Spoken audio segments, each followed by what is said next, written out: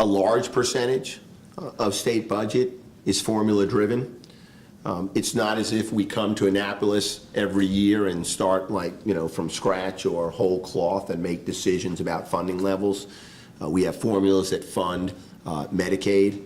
We have formulas that result in funding levels for K through 12 education, which are probably our two largest areas of programs.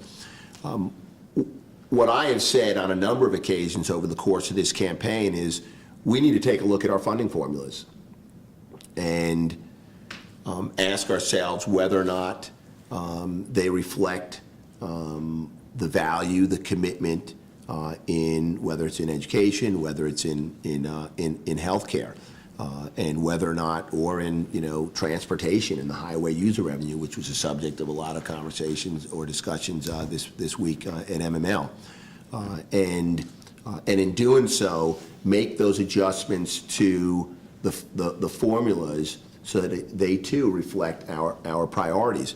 We have spent the last 8 years in the O'Malley Brown administration, every budget that we have submitted,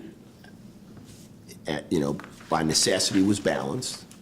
Every budget we submitted, unlike any of our predecessors, certainly during the 22 years that I've been in Maryland, or the 16, I should say, that I've been in Annapolis, but I understand that it goes pretty far back. Within spending affordability, we've never said to the legislature, "Hey, you do the heavy lifting, you do the cutting." But the pressures are always because of the funding formulas that, if left to their own, we would exceed spending affordability.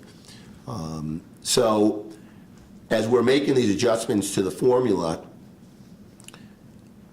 I don't want to roll back our investments in K through 12 education. I think that's what gives Maryland its competitive advantage, because ours is a knowledge-based economy. We are a true sort of creative, innovative economy where education is what fuels that pipeline of that skilled workforce. So it's certainly not in education, yet education's a big program.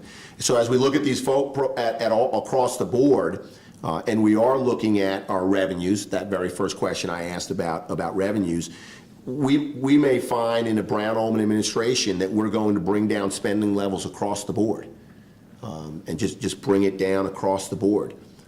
So there's no particular area as I sit here today where I would say, yep, I'd like to make cuts there, I'd like to make cuts there, because the two biggest buckets where over the last 8 years we've been able to achieve the greatest sort of savings or reductions are in Medicaid and in over some years in reducing the rate of increase in education. So that's the approach that I would take.